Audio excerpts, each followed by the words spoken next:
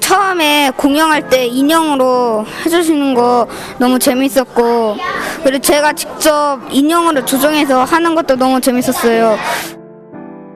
오늘 진짜 재밌었고, 오늘 수업 진짜 재밌고, 작가님 책 더 많이 만드세요. 감사합니다. 네, 그림책을 직접 만드신 작가님께서 와주셔서 그림책에 있는 등장인물들의 이야기와 또 다양한 활동들을 아이들과 함께 평상시에 할 수 없었던 재밌는 놀이를 통해서 할 수 있어서 굉장히 즐거웠던 추억이었던 것 같습니다.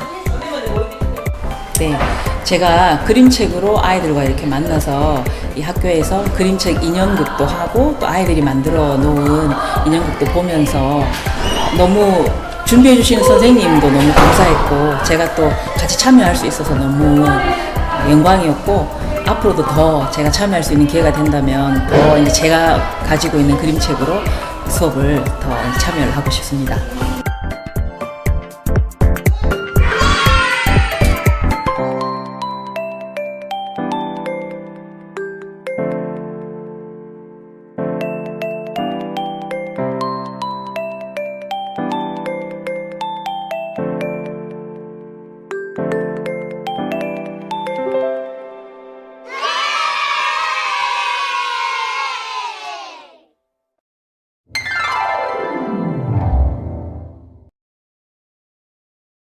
이렇게 얼굴을 보니까 정말 행복한 얼굴을 하고 있었어요. 아까 질문도 하고 또 제가 짧은 강연을 할 때 눈이 막 바짝바짝 빛나는 거예요.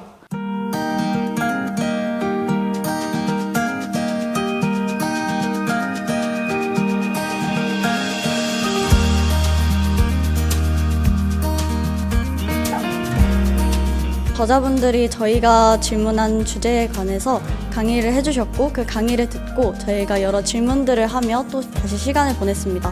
독서 행사라고 해서 좀 거리낌을 가지는 친구들도 있을 것 같은데, 생각보다 오랜 시간임에도 불구하고 재밌는 활동도 많고 작가님과 함께 할 수 있는 시간이 정말 뜻깊어서 정말 좋은 경험이었던 것 같습니다.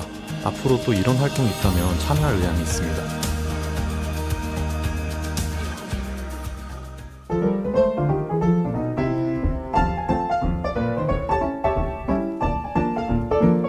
작가를 만나고 다른 학교 친구들과 교류하면서 정말 많은 걸 배워가는 것 같아요. 이번 기회를 통해서 다양한 친구들과 또 다양한 생각을 해볼 수 있었던 점이 정말 좋았던 것 같습니다. 아이들이 그냥 가지고 있는 그런 어떤 찬란함이 그대로 이렇게 드러나는 과정이 아니었을까 싶어요.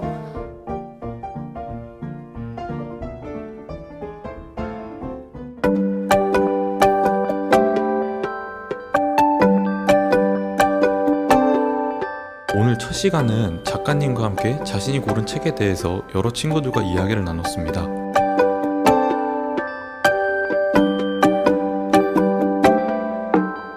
저자분들이 저희가 질문한 주제에 관해서 강의를 해주셨고, 그 강의를 듣고 저희가 여러 질문들을 하며 또 다시 시간을 보냈습니다.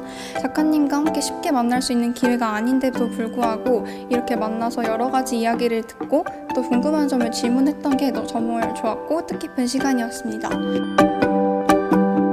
책을 통해서 사람들을 만난다는 게 참 신기한 일인 것 같아요. 단순히 그냥 책을 읽은 것이 아니라 좀 깊이 있게 토론했구나 라는 생각을 좀 했고요. 좋은 사회를 만드는 것은 많은 사람들이 좋은 질문을 할 때 가능하다고 생각해요. 오늘 아이들이 굉장히 좋은 질문을 저한테 많이 해주신 것 같아요.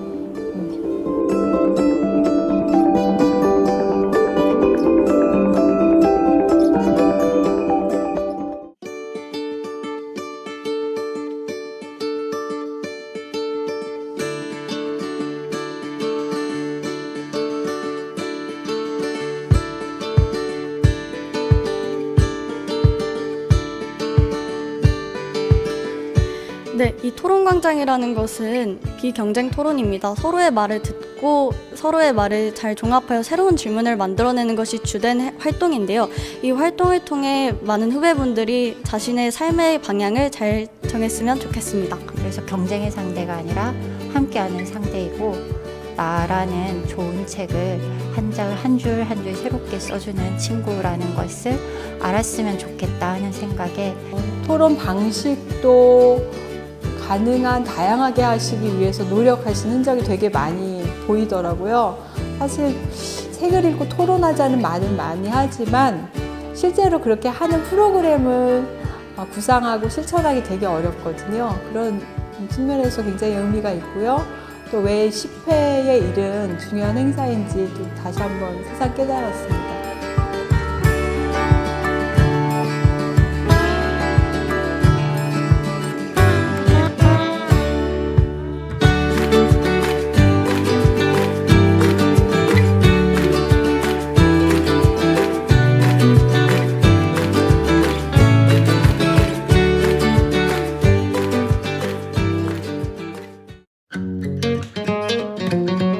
더 많이 배울 수 있고 내 소중한 인생을 더 알록달록하게 꾸며갈 수 있는 기회다라고 생각하면 좋지 않을까 합니다.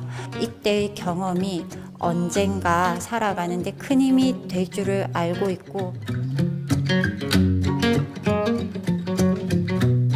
그런 행사를 만들기까지 또 여러 선생님들이 기획하고 또 작가들을 섭외하고 아이들과 같이 책을 읽고 토론했던 그런 토양이 없이는 이런 좋은 행사가 될 수 없었을 것 같거든요.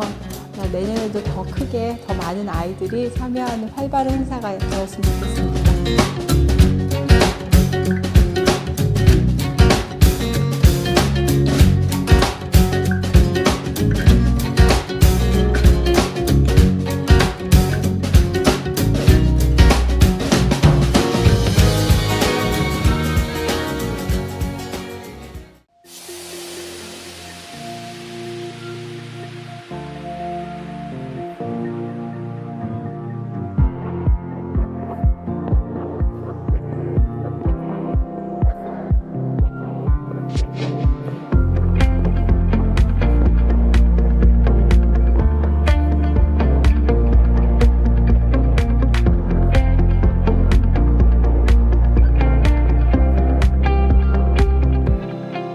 인천에서 태어났고 인천에서 살고 있는데 인천을 모른다는 생각도 있었고요. 제가 오늘 좀 둘레길 탐방하면서 배운 것들을 아이들과 나누고 싶다는 마음이 들어서 신청하게 되었습니다. 직접 걸어다니면서 그 장소에 얽힌 이야기들과 역사적 사실을 이야기해 주셔서 아이들에게 어떤 이야기를 전달해야 될지, 그리고 인천 역사에 대해서 어떤 점을 가르쳐야 될지, 그리고 어떤 점을 주안에서 책과 연계해서 가르쳐야 될지, 그런 것들을 아는 상식을 얻을 수 있어서 감사했었던 것 같습니다.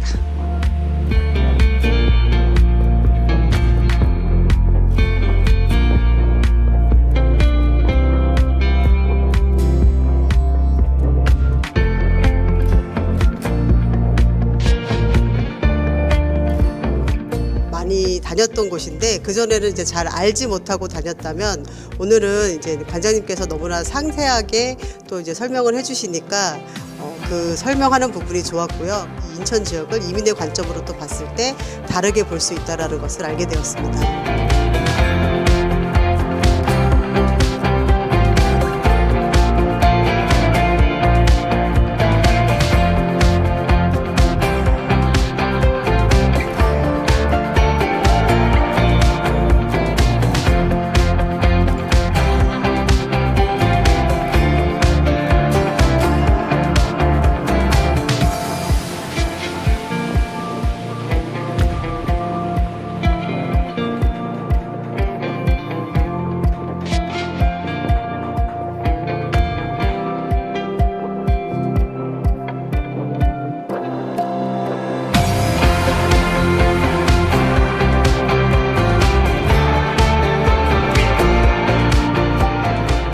학교 교육 현장에 계신 선생님들과 함께 해서 영광이었고 저와 함께 했던 이야기들을 좀 잘 정리하셔서 학교 교육 현장에서 학생들에게 충분히 잘 전달해 주시길 바랍니다.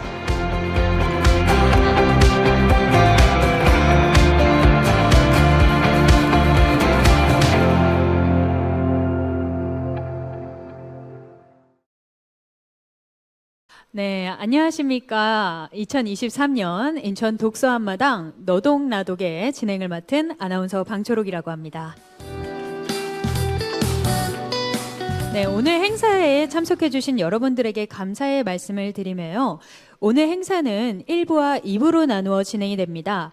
1부에서는 한 학교 한 책 읽기 등 독서 인문교육팀에 지원하는 독서 글쓰기 동아리 및 수업의 우수 사례 발표와 김동식 작가님의 특강이 있겠습니다. 이어서 되는 2부에서는 인천시 교육청의 지원으로 출간된 도서 13종의 출판 기념 북콘서트가 준비되어 있습니다. 네, 시작에 앞서서 비상시 대피로를 안내해 드리도록 하겠습니다. 현재 여러분이 계신 곳은요, 정보센터 4층 대회의실입니다.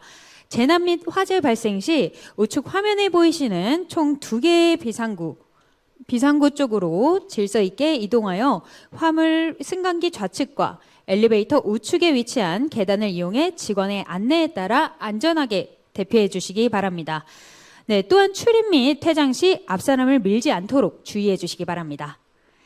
인천 독서 한마당은 인천 독서 교육의 성과를 공유하고 성찰하는 자리이자 학생, 교직원, 학부모를 중심으로 인천의 읽어스 문화를 확산하기 위한 축제의 장입니다. 다양한 독서 문화 활동을 공유하며 인문학적 상상력과 창의력을 고취하기 위한 오늘 행사를 정말 마음껏 즐겨주시기 바랍니다. 자, 그럼 지금부터 2023년 인천 독서 한마당 너독나독을 시작하도록 하겠습니다.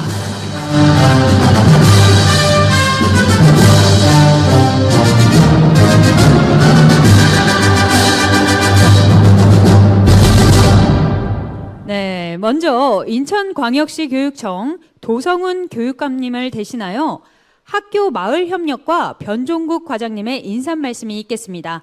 귀한 말씀 준비해 주신 변종국 과장님께 큰 박수 부탁드립니다.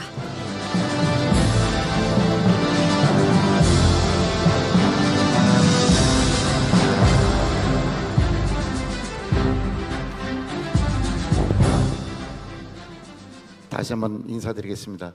학교마을 협력과 과장 변종국입니다. 저희 교육청에서 이렇게 대회의실에 많은 분들이 이렇게 모여 있는 거는 많지 않은데 오늘 바쁜 토요일 날 시간을 할애해서 이렇게 참석해 주셔서 진심으로 감사를 드립니다. 저희 교육청은 3월 1일 2일이죠. 책날개 입학식 시작으로 해서 오늘 12월 2일 날 뜻깊게 인천 독서 한마당 너독나독을 아마 행사로 마무리 짓는 것 같습니다. 아시겠지만은 책 읽는 도시 인천, 글 쓰는 도시 인천에서 올해 확대가 되었습니다. 그래서 다 아시다시피 읽고 걷고 쓰는 읽것이라는 인천 역점 사업이 독서 문화 행사로 나타나게 되었습니다.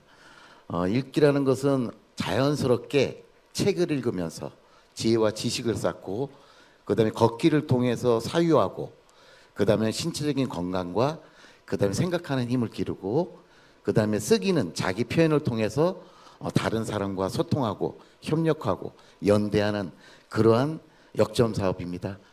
오늘 독서 한마당이 끝나면 저희 팀에서도 아마 내년 우리 읽거스 정책을 준비하고 있습니다. 크게 3가지입니다. 학교 중심, 교육과정 중심의 읽거스, 그다음에 우리 학부모, 그다음에 지역사회 시민과 연대하는 지역연계 읽거스, 그다음에 제3공간이 될 수 있겠죠. 그러한 공간 속에서 하는 게 바로 뭐냐면 시민운동으로의 확대입니다. 그래서 공공도서관과 저희 교육청이 함께해서 아마 시민과 더욱더 가까이 가는 그러한 읽거스 역점 사업으로 여러분들을 찾아뵙지 않을까 생각이 됩니다. 올해 읽거스를 하면서 조금 피곤하고 좀 미흡한 점이 있습니다. 이러한 것들을 잘 개선해서 내년에는 학생들이 창의적 인재로 성장하고 우리 인천 시민이 품격 있는 그러한 인문학적 소양 있는 사람으로 성장할 수 있도록 더욱더 노력하도록 하겠습니다. 오늘 재미있는 그리고 즐거운 축제의 장입니다. 마음껏 즐기시고요. 돌아갈 때 건강하고 행복한 마음으로 돌아가시기 바랍니다. 감사합니다. 네, 좋은 말씀 해주신 변종국 과장님께 다시 한번 큰 박수 부탁드립니다. 네. 다음으로 인천시 교육청 독서 인문교육팀에서 지원하는 독서 글쓰기 동아리 및 수업의 우수 사례 발표가 있겠습니다. 먼저 하빌초등학교 김인영 선생님께서 인천 학생 낭독학교 운영 사례를 발표해 주시도록 하겠습니다. 네, 김인영 선생님.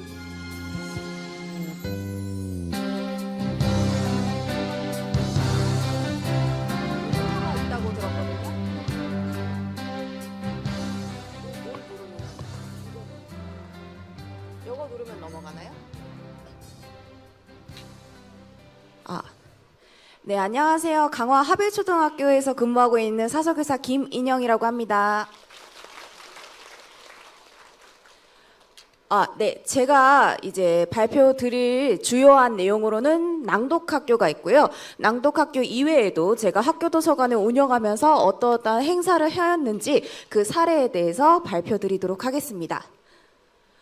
낭독학교를 계획하게 된 배경이 있는데요. 학생들이 주로 많이 경험하는 형태는 어른들, 학부모가 읽어준다든지 선생님이 읽어주는 낭독 형태가 많습니다. 그래서 새로운 낭독의 형태가 없을까라고 고민하던 찰나에 이제 초등학교, 중학교, 고등학교 학생들 교간 연합의 낭독학교를 계획하게 되었습니다. 저희 하빌초등학교 학생들 중에는 외동인 친구들도 많고요. 다른 학부모나 교사가 아닌 연령대와 교류할 만한 친구들이 많이 부족했습니다. 그래서 강화 내에 사서교사 선생님과 함께 연합하여 이 행사를 진행하게 되었습니다.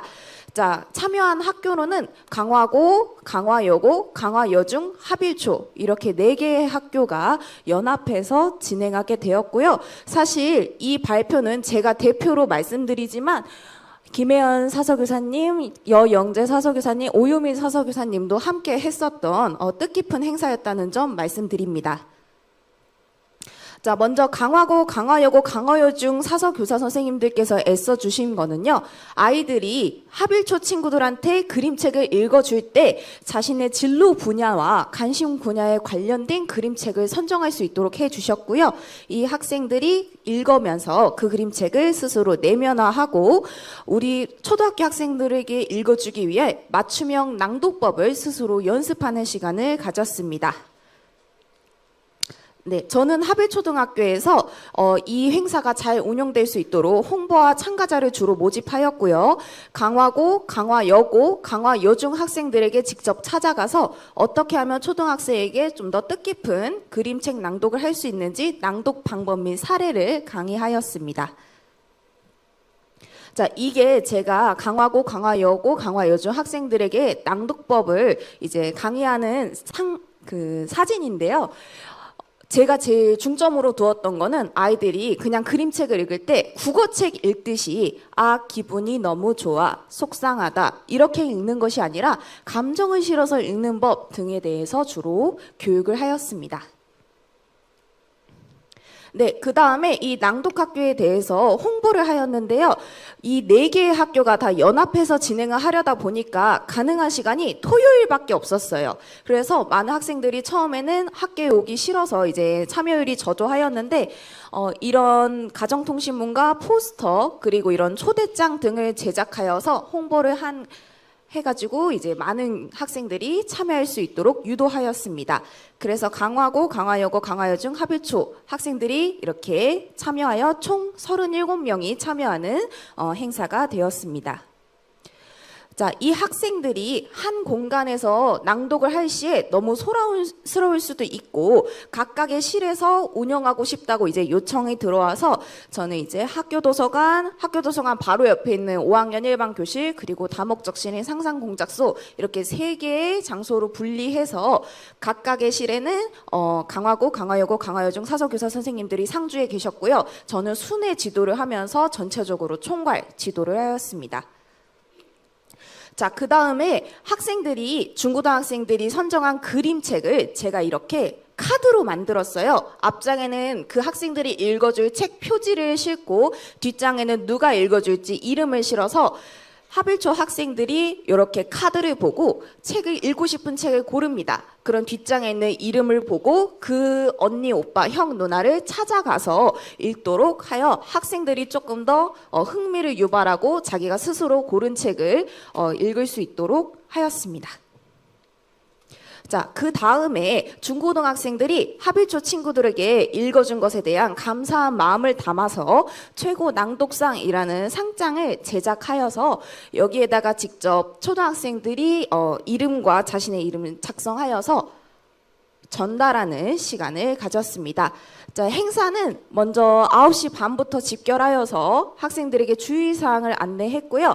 1차로 낭독 봉사를 한 뒤에 잠깐 쉬는 시간을 가지고 2차로 낭독 봉사 시간을 가져서 한 번에 끝내지 않고 한 2번에 걸쳐서 다양한 언니, 오빠, 형, 누나들과 교류할 수 있도록 하였습니다.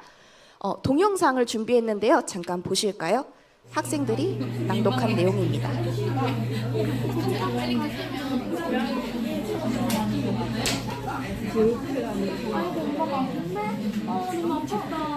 인터넷은 참 대단해. 인터넷이 있으면 멀리는 친구와. 네, 이렇게 여기는 학교 도서관의 예시만 잠깐 동영상으로 확인하였는데요. 처음에는 우리 초등학교 친구들이 낯가려서 조금 긴장되어 모습도 있지만 후반부에는 형, 누나, 언니, 오빠들과 만날 수 있어서 좋았다라는 내용이 많았습니다. 자, 끝난 뒤에 이렇게 최고 낭독상장 전달식도 가지는 사진 내용입니다.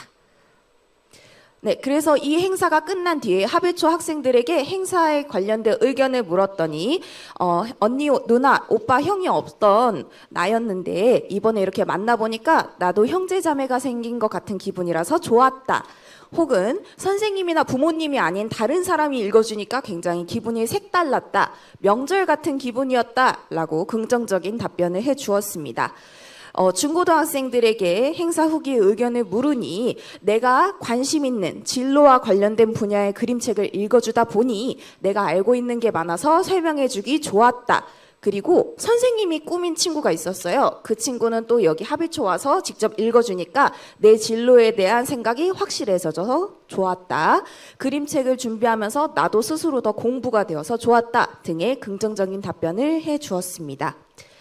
이 위에도 제가 2023년 학교도서관에서 진행하였던 행사에 대해서 짤막하게 안내 드리겠습니다. 먼저 모두 다 꽃이야라는 행사를 했는데요. 이 행사는 저희 학교에 있는 사서, 상담, 특수교사의 연합 행사입니다. 장애인의 날 4월 20일과 세계책의 날 4월 23일 이 날을 맞이하여서 진행을 하게 되었는데요. 이 중에서 가장 메인 이벤트는 이것입니다. 우리 마을에서 차별 없는 공간 찾기 활동입니다. 여기 지도에 하빌초등학교 근처에 있는 많은 상가나 건물들이 들어있는 지도를 크게 준비했습니다.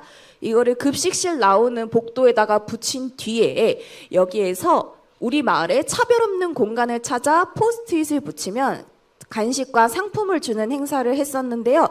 노키즈존이 아닌 식당이라든지 휠체어가 다닐 수 있는 경사로, 엘리베이터가 있는 공간 등을 찾아서 적는 활동을 하였습니다. 다음으로는 한 학교 한 책 읽기 행사를 했었는데요. 저는 아이 돌보는 고양이 고마워라는 책의 박채연 작가님을 모셨습니다. 이거를 준비하면서 자그마한 행사를 하나 했는데요. 행사를 하기에 앞서서 아이들이 이 책을 읽어와야 뜻깊은 행사가 될 거라고 생각하여서 보물찾기 활동을 하였습니다. 학교의 곳곳에 제가 보물찾기 쪽지를 숨겨둡니다. 쪽지 안에는 이 책을 읽어야만 풀 수 있는 퀴즈들이 들어있습니다. 쪽지를 찾아서 저한테 가져와서 그 퀴즈를 풀면은 소정의 상품과 간식을 주었는데요. 아이들이 보물찾기를 하겠다고 아무데나 들어갈까봐 밑에 포스터에 보시면은 학교 지도에다가 들어가면 안 되는 곳은 따로 표시를 해 두었습니다. 아이들이 한눈에 확인할 수 좋게 이렇게 마련을 했습니다. 네, 다음으로는 낭독학교를 제가 2학기에 한 번 더 진행을 했는데요. 읽것스 낭독학교를 진행하였습니다. 그 중에서도 특히 걷기 활동에 대해서 말씀을 드리려고 하는데요. 학교 산책 이라고 해가지고 저희 학교 운동장에는 숲길이 조성되어 있습니다. 거기에 제가 신간도서를 구매했을 때 그 신간도서 중에서 추천도서 목록을 뽑아 이렇게 표지를 나무나 숲에 걸어 두었습니다. 아이들이 학교 숲을 산책하면서 걷는 장면, 이걸 인증샷으로 이렇게 찍어 오면은 제가 상품을 줬는데 이것도 참여율이 굉장히 좋았던 일거스의 사례 중 하나입니다. 네, 저의 사례는 여기까지입니다. 들어주셔서 감사합니다. 네, 정말 멋진 아이디어가 번뜩이는 발표였던 것 같습니다. 좋은 사례를 공유해 주신 우리 김인영 선생님 감사드립니다. 다음은 계속해서 인천 분해초등학교 서효전 선생님께서 맞춤형 독서 프로그램 운영 사례를 발표해 주시겠습니다. 네, 큰 박수로 맞이해 주세요.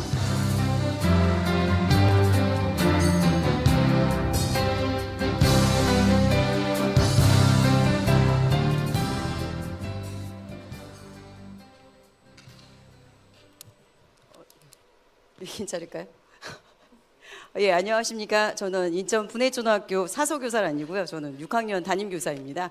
참고로 이 의뢰가 들어왔을 때 사서교사 선생님인 줄 알고 말씀하셔가지고 좀 살짝 당황하긴 했는데요.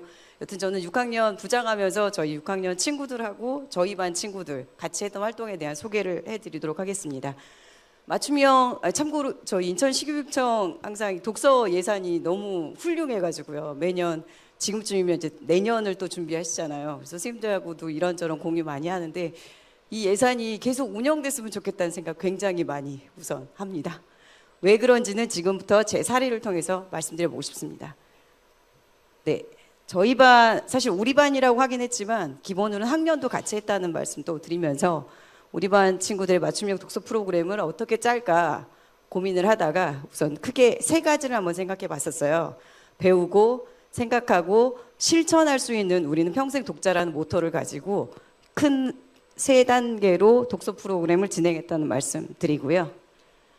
그러면 처음에 함께 배우고 과연 어떤 걸 배워야 될 것인가에 대한 생각을 해봤을 때 크게 3가지를 중점적으로 진행을 했거든요.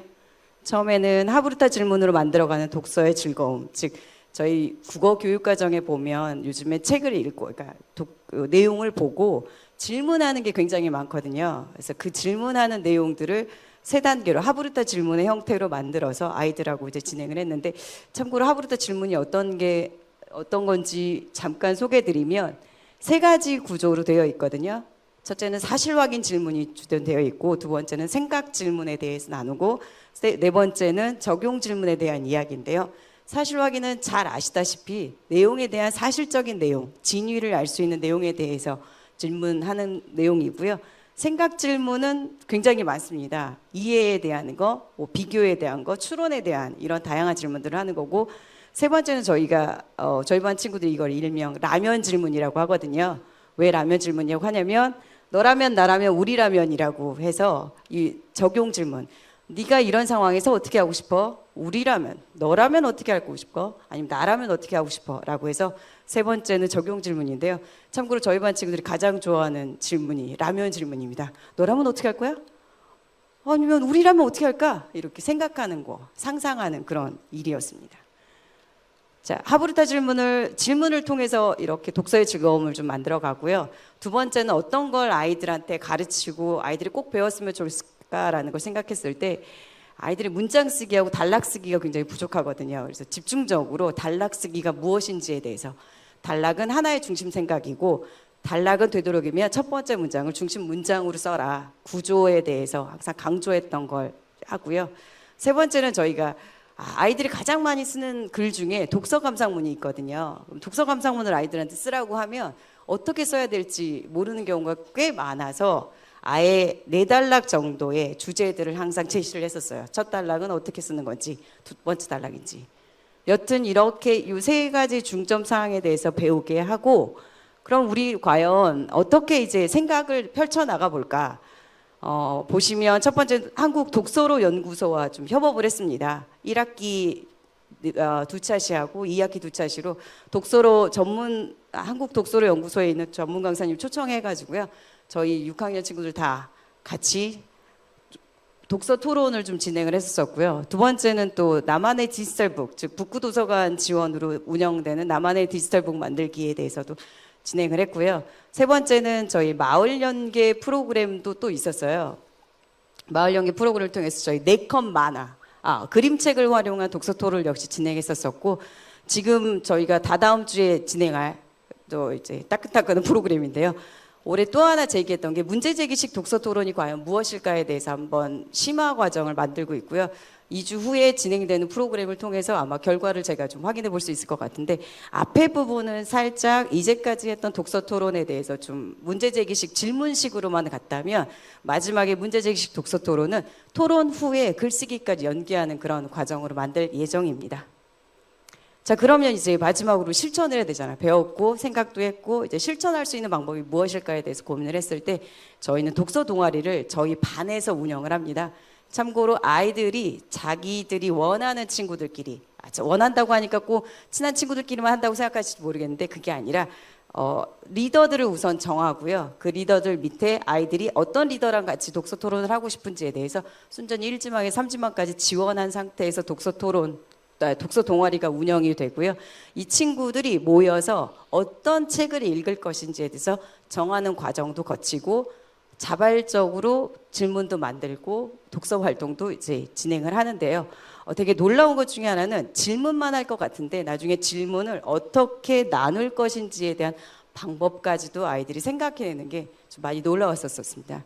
그리고 지금 두 번째 저희 보시면 이 인생책 만들기를 할 건데, 저희 6학년이다 보니까 이제 초등학교 생활을 좀 정리하는 그런 전환기의 시기에 거쳐 있잖아요. 그래서 아이들이 자기가 인생책 만들기를 이제 진행할 건데, 참고로 저희 학교가 또 AI 선도 학교예요. 그래서 예산이 많아서 자작자작 유료 버전이나 아니면 라이팅 젤이라든지 북크리에이터 같은 그런 소프트웨어 같은 것들을 다 쓸 수 있어서 그걸 활용해서 아이들이 충분하게 글쓰기를 하고 토론의 결과들도 나누고 있다는 거 말씀드리고, 세 번째, 어떻게 하면 아이들에게 평생 독자로 할까, 매일 쓰기를 할까라는 걸 했을 때 아이들이 굉장히 좀 힘들어하는 것 중에 하나긴 한데요. 참고로 저희 반에 꿈틀열매라고 자기 시간 관리하는 그게 있습니다. 그 책자가 있는데 거기에 매일매일 쓰기 하는 코너가 있고, 거기에 아이들이 쓰는 내용들이 있고, 어떨 때는 좀 글쓰기를 좀 더 재밌게 할 수 없을까라는 걸 고민했을 때, 저희 반에 밴드가 있거든요. 그 밴드에 미션으로 매일 소감 쓰기 같은 것도 한번 넣어봤습니다. 자, 이런 식으로 이제 아이들이 평생 독자로 이제 성장하면서 여튼 전반적인 1년 동안의 프로그램을 통해서 아이들이 어떤 식으로 느꼈을까라는 걸 좀 받아봤는데요. 첫 번째 같은 경우는 아이들이 많이 독서가 지겹고 글쓰기도 좀 지겨웠는데 친구들하고 함께하는 거에 대한 즐거움을 좀 많이 느꼈다고 얘기를 하고요. 두 번째 내용도 나뿐만이 아니라 함께하는 독서 동아리를 통해서 함께 성장하는 그런 내용들이 있었다라는 부분을 이야기해 줬고요. 마지막에 이게 독서 동아리를 통해서도 되게 놀라운 일이 벌어지는 게, 안 되고 재미없어 하던 친구들도 뭐랄까요, 이게 좀 옆에 친구들의 성장 과정 속에서 같이 있으면서 열심히 많이 재미있고 즐겁게 참여하는 모습을 봤습니다. 아까 영상 시작하기 전에 영상 속에 보니까 그런 내용이 나오더라고요. 건강한 사회를 만들기 위해서 좀 훌륭한 질문, 좋은 질문들을 좀 많이 해야 된다라는 그런 내용을 봤는데, 제가 쭉 보니까 저희 반 아이들 또는 우리 학년 아이들하고 1년 동안 독서 토론을 하다 보니까 아마도 좋은 질문을 많이 할 수 있는 그런 민주시민으로 성장하지 않을까라는 생각을 해보면서 이상 질문 마치겠습니다. 감사합니다. 네, 감사합니다. 우리 특히 초등학교 선생님께서요, 그 눈빛에 막 초롱초롱 하시면서 특히 발표에 집중을 많이 해주신 것 같습니다. 자, 그럼 계속해서 저희는 중학교로 가보도록 하겠습니다. 부원 여자중학교 양미선 선생님께서 한 학교 한 권 읽기 수업 사례를 발표해 주시겠습니다.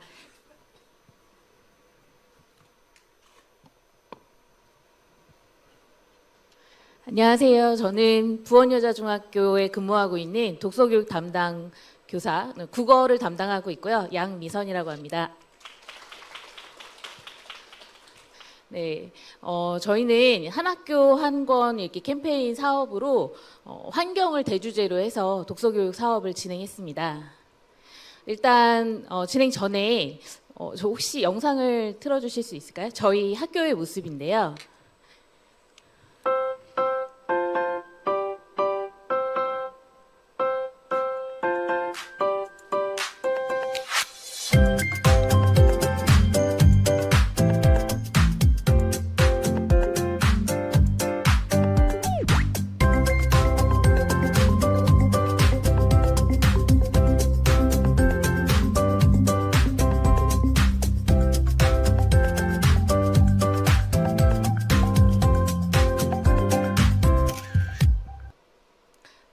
굉장히 멋있죠. 저희 이번 올해 4월에 리모델링해서 다시 개관했고요. 되게 어둡고 좁고 좀 이렇게 좀 음습한 4층 공간에서 통창에 이제 자연을 다 훤히 내다볼 수 있는 좀 아늑한 그런 공간으로 변신을 했습니다.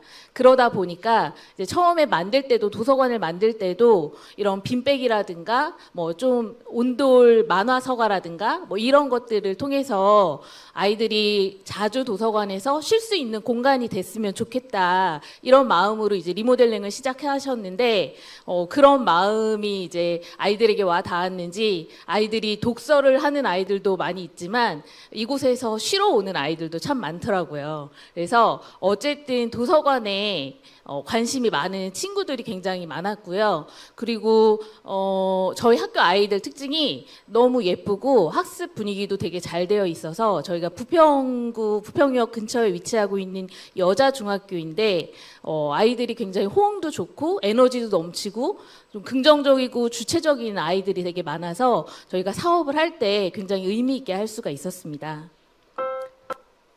자, 그래서 여러 가지 사업을 했는데 그 중에서 이제 저희는 환경을 대주제로 해서 한 학교 한 책 읽기 사업을 진행했다라고 했잖아요. 지금 환경 문제가 이제 앞으로 미래에 닥쳐올 이야기가 아니라 현재 우리가 맞닥뜨리고 있는 일이기 때문에 아이들이 이 환경 문제에 대해서 좀 더 관심을 가졌으면 하고요. 그리고 좀 더 그런 관심에 넘어가서 우리가 이게 위험한 수준이구나를 느끼는 거에서 넘어가서 좀 더 알아보고 이걸 위해서 뭔가 실천할 수 있는 계기를 좀 마련을 해주면 어떨까라는 생각에 환경을 가지고 진행을 했고요. 이를 통해서 이거는 혼자 할 수 있는 일은 아니잖아요. 아이들이 이제 소통이라든가 협력을 통해서 좀 민주시민으로 자라나고 이를 통해서 좀 더 실천적인 지성인이 되었으면 하는 바람에서 시작하게 되었습니다.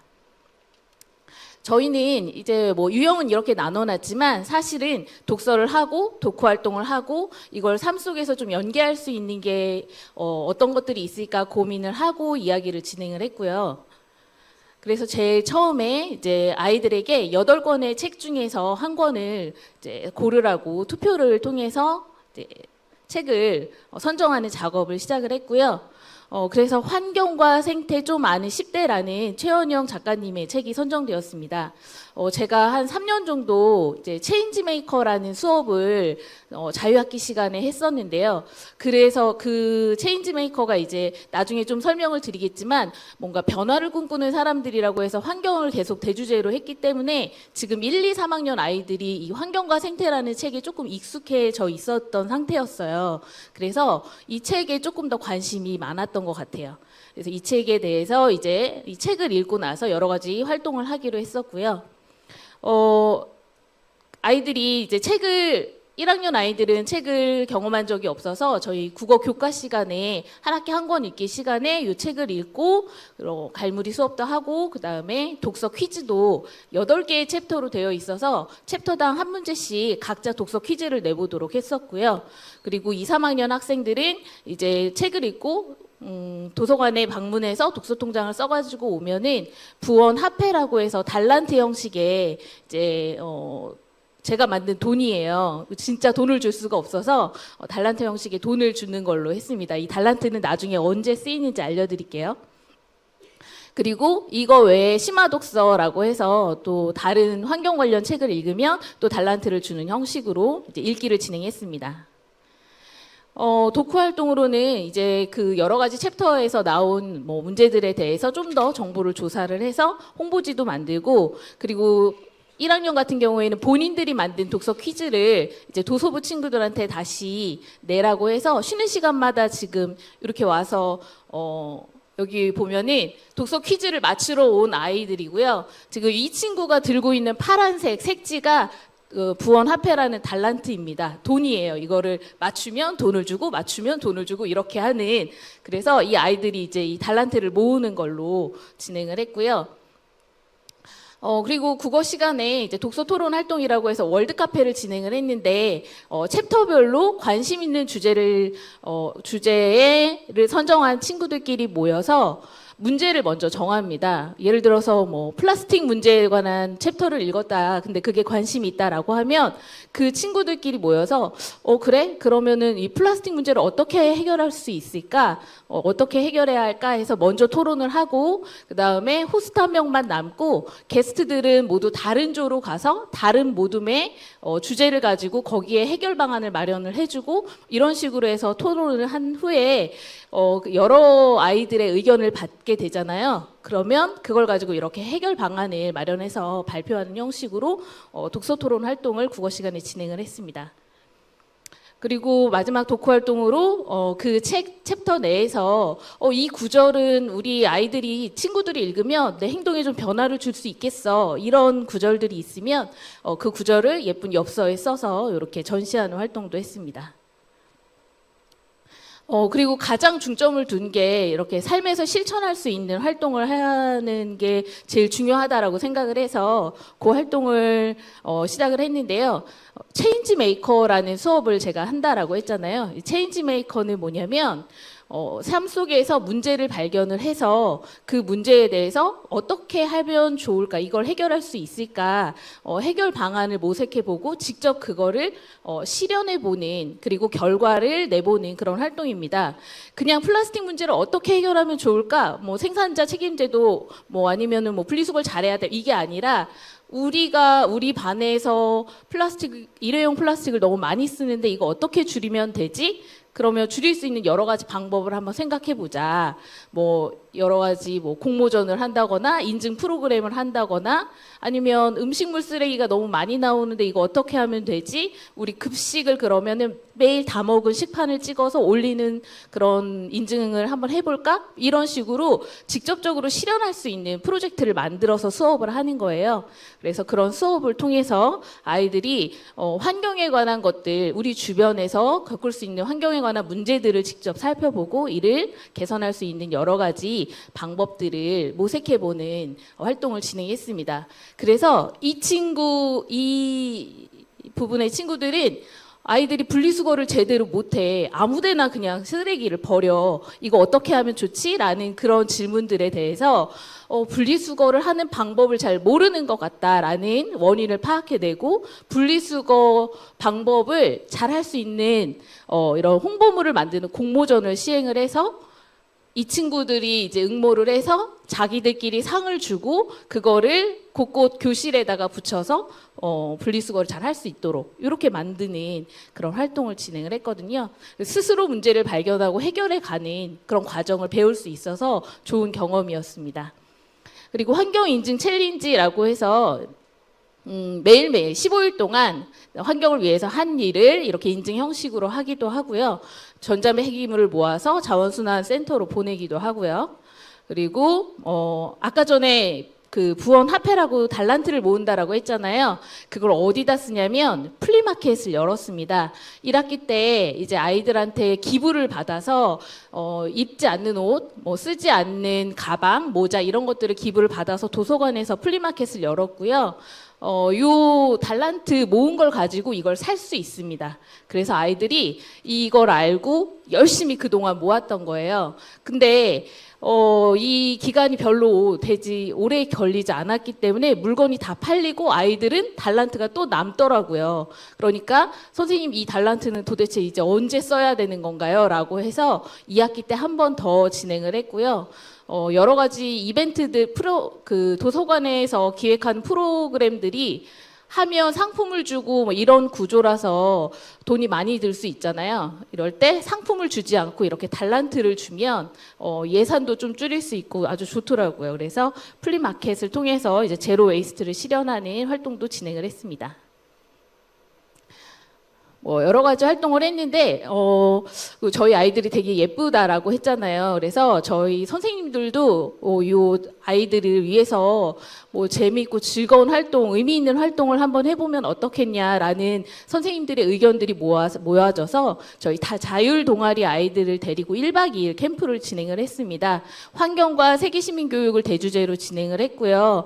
그래서 호이라는 사단법인에서 나와서 아프리카 아이들이 물을 뜨러 가기 위해서 학교도 다니지 못하고 놀지도 못하고 12시간 동안 그렇게 고생을 해야 하는 그런 영상과 강의도 보여주고 직접 저희 공원을 돌면서 그 아이들의 마음을 체험해 보는 그런 활동을 진행을 했습니다.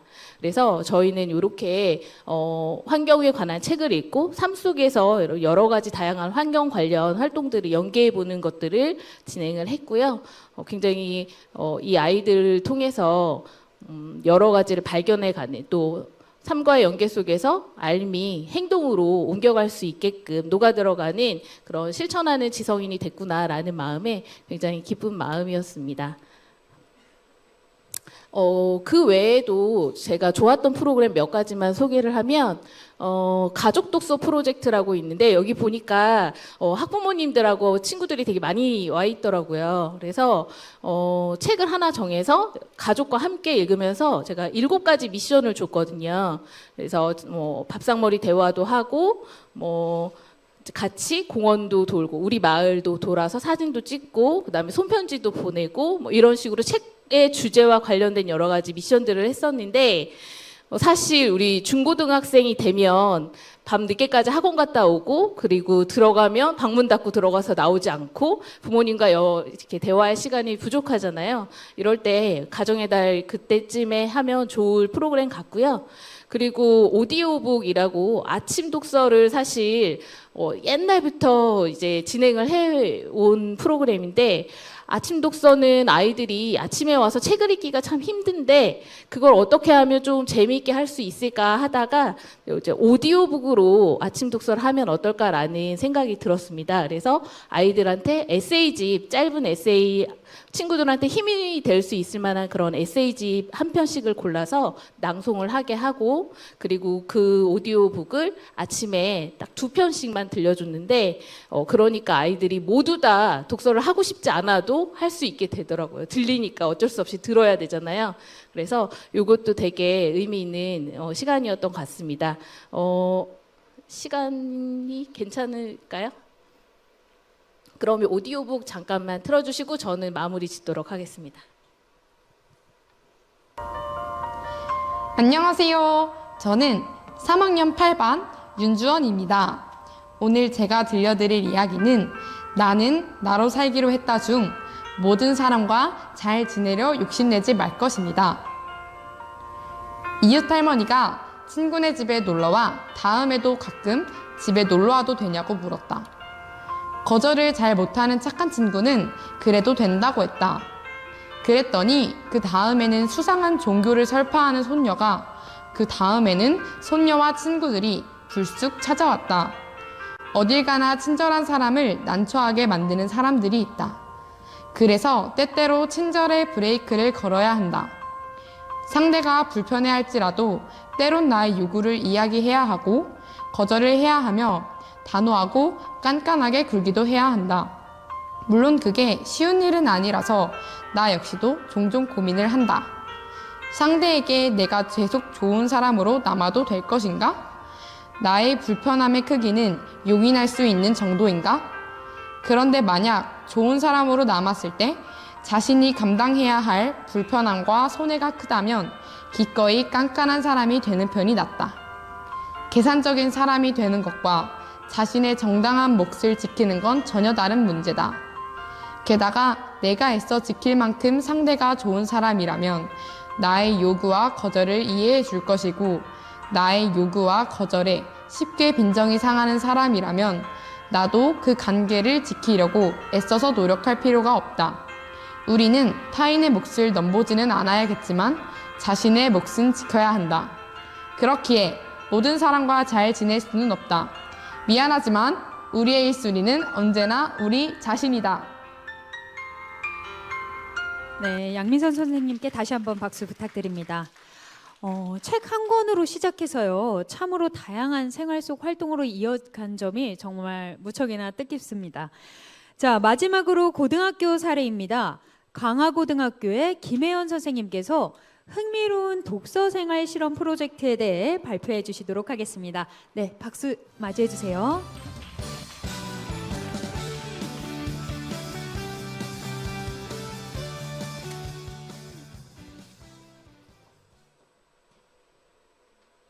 네, 강화고등학교에 아주 멋지고 훌륭한 북토피아 소년들과 함께 온 사서교사 김혜원입니다.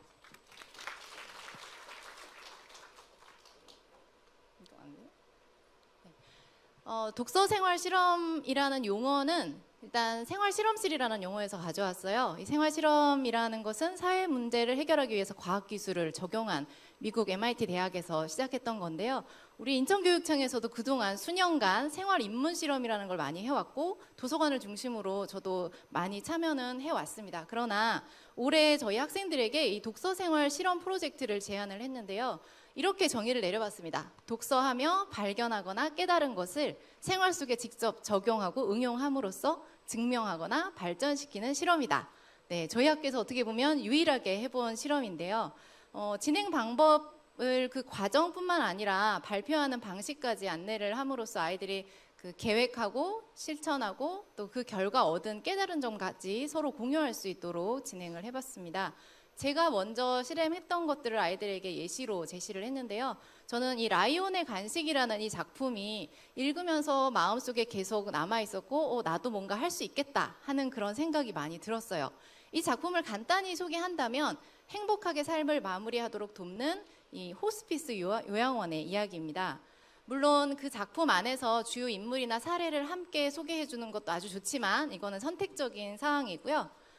목표를 먼저 설정을 해야겠죠. 이 목표 설정하는 데 있어서는 좀 전에 언급했던 것처럼 책을 읽으면서 의문이 드는 점, 나라면 이렇게 하고 싶다라는 그 생각이 드는 점들을 중심으로 목표를 설정하면 되는데요. 저는 이 추억의 간식을 나누면서 돌아가시기 직전에 그 호스피스 병동에 계신 분들이 그 음식을 나눠 먹으면서 마음의 평안함을 얻고 그렇게 행복하게 시간을 마무리하는 그 순간이 가장 인상적이었기 때문에 그럼 저의 소중한 이웃들은 어떨까? 그 의문이 가장 컸던 것 같습니다. 그래서 책 속에서 나왔던 그 내용을 바탕으로 실제로 제 주변 사람들 10대에서 60대까지 골고루 한번 의견을 여쭤봤었고요. 추진 일정을 수립을 할 때는 우리가 SNS 온라인상으로도 충분히 할 수 있지만 자기 자신에게 직접 실험하는 방식으로도 제안을 해봤습니다. 그리고 실행 과정에서 우리가 활용하고 있는 플랫폼이나 직접 우리가 문자나 카톡으로 보냈던 그런 내용들도 함께 공유함으로써 그 과정에도 동참할 수 있도록 했고요. 참가해주신 분들이 이렇게 남겨주신 사연 중에서도 인상적인 것들을 함께 공유하면 더 좋겠죠. 그리고 거기에 나온 다양한 간식들이 이렇게 나왔어요. 옛날 통닭부터 커피, 슈프림빵, 그죠?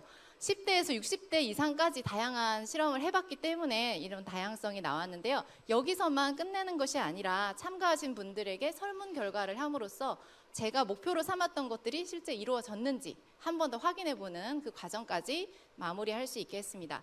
그렇다면 여기까지 실험이 끝난 건데 통계 결과만 보여주면 좀 아쉽겠죠. 그래서 저는 저희 학생들에게 제가 사연 모았던 것 중에 하나를 골라봤어요.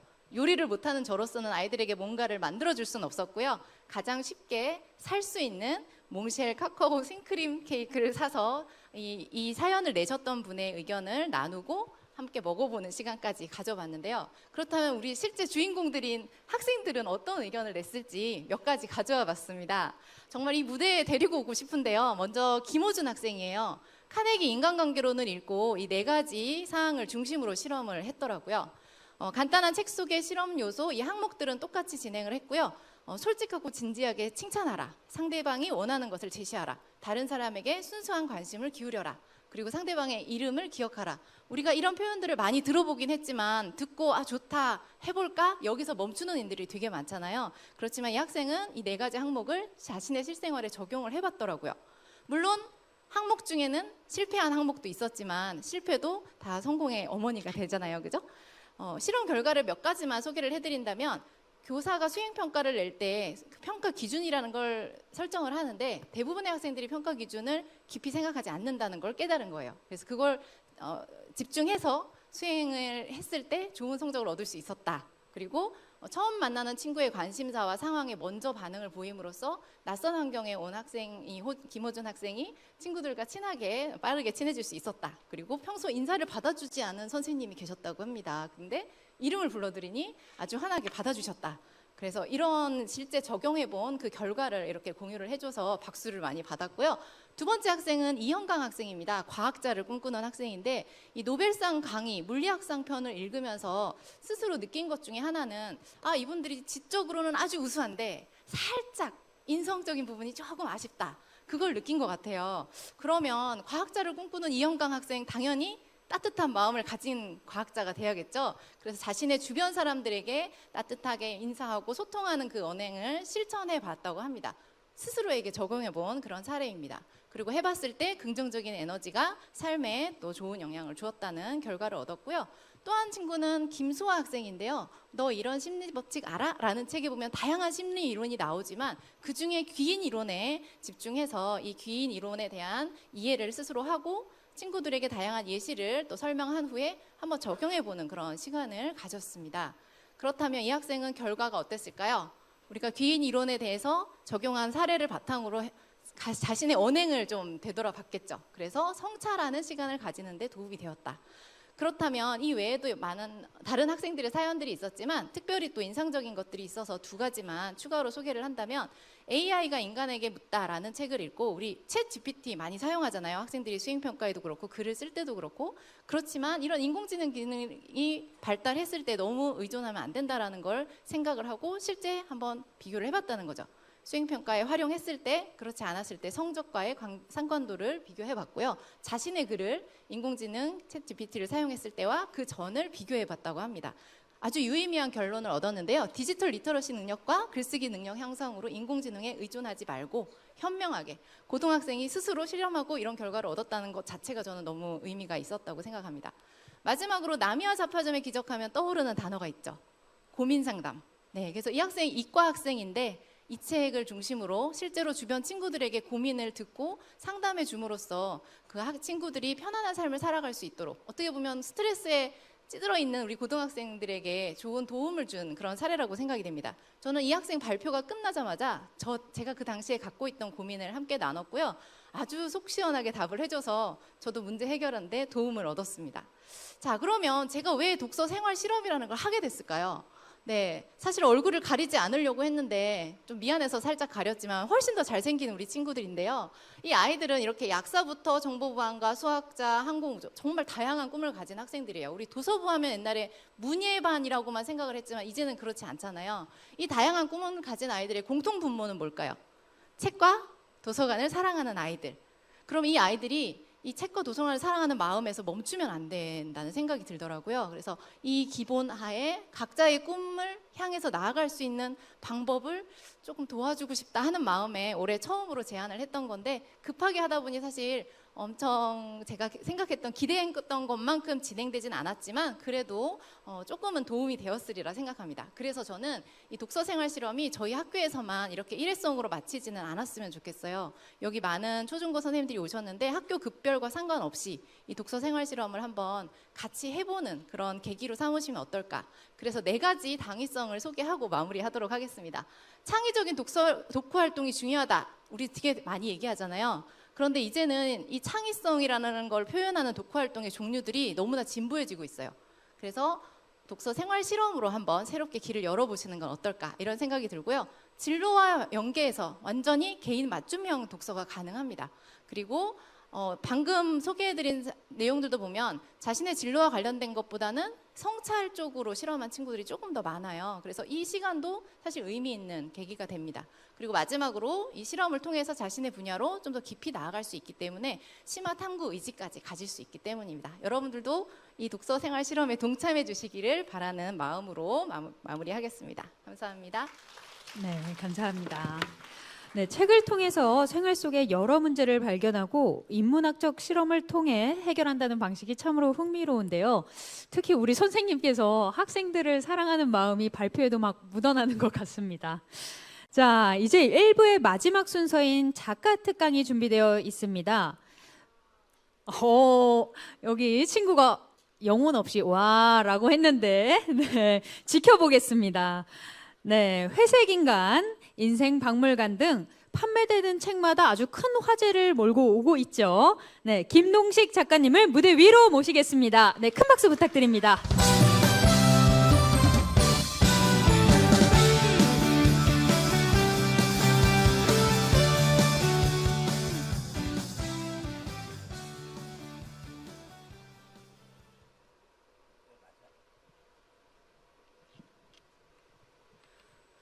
안녕하십니까, 김동식입니다. 반갑습니다.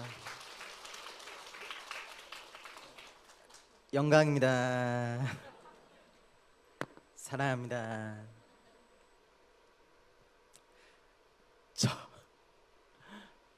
저는 해세인간 부한 김동식 소설집을 쓴 김동식 작가인데 글쓰기로 행복해진 사람입니다.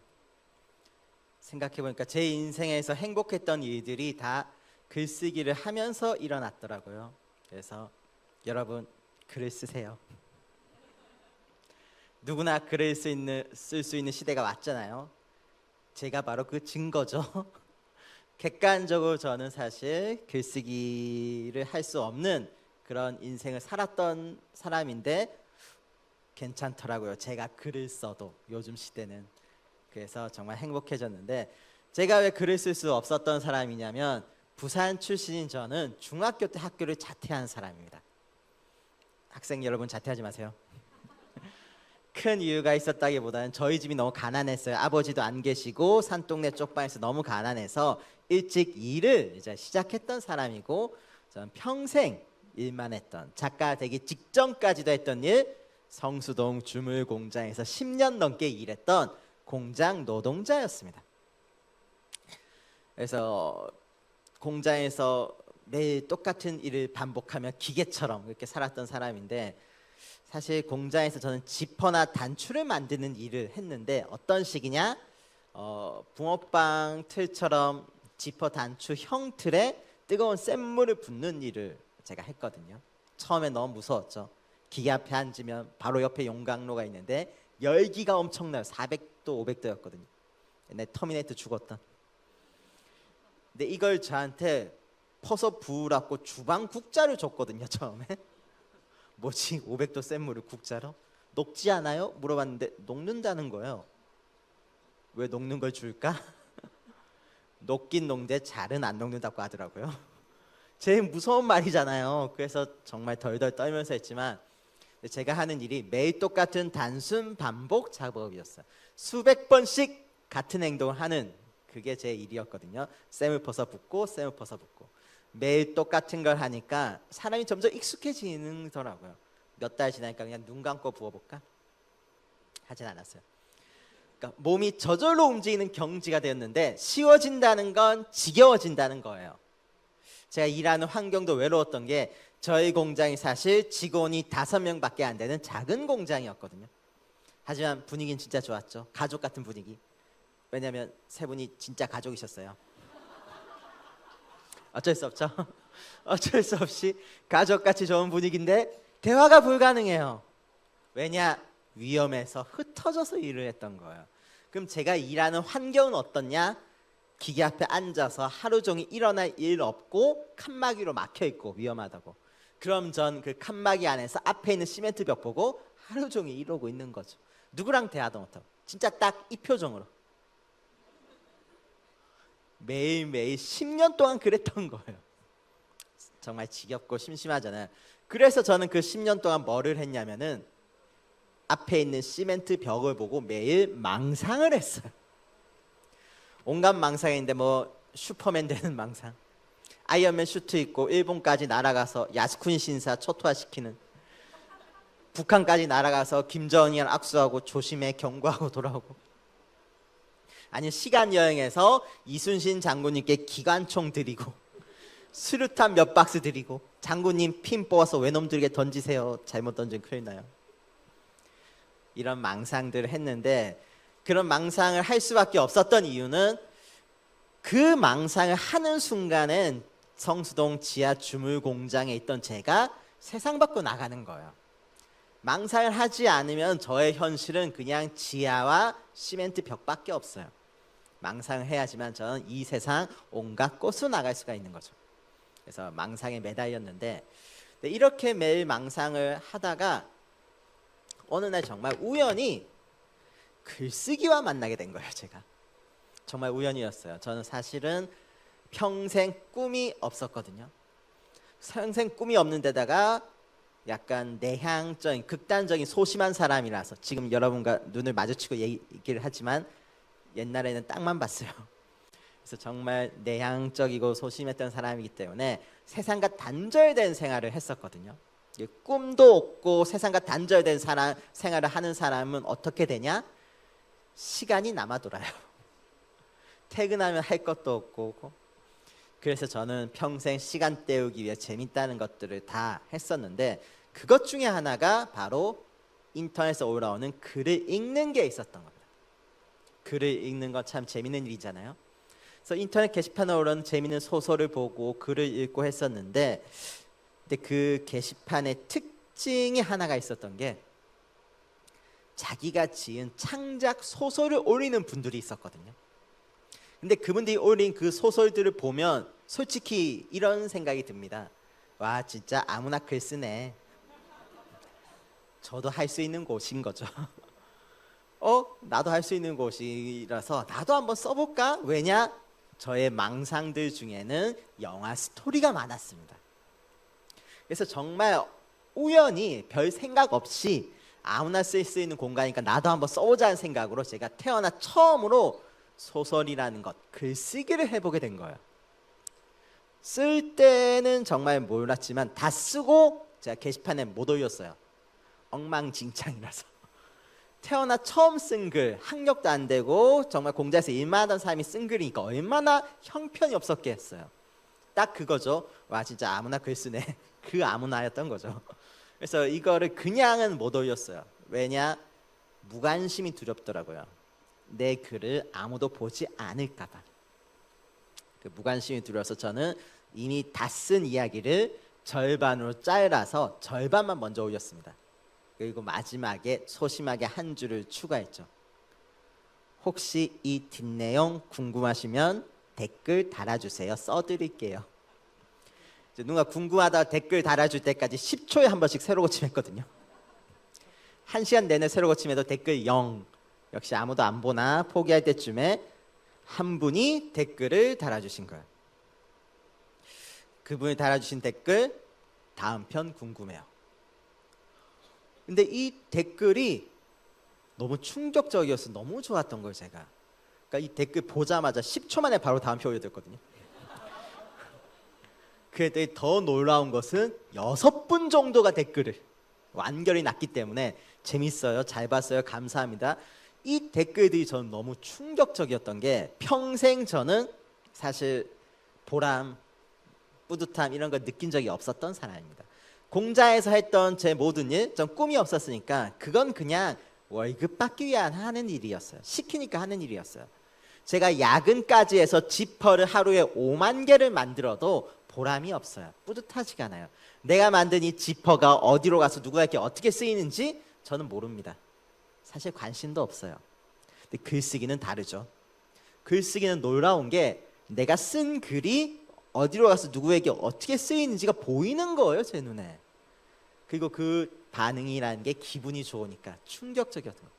누가 시켜서 하는 것도 아니고 돈 벌고 하는 것도 아니고 내가 그냥 단지 좋아서 하는 일이 이 정도의 만족감을 준다는 건 충격이었어요.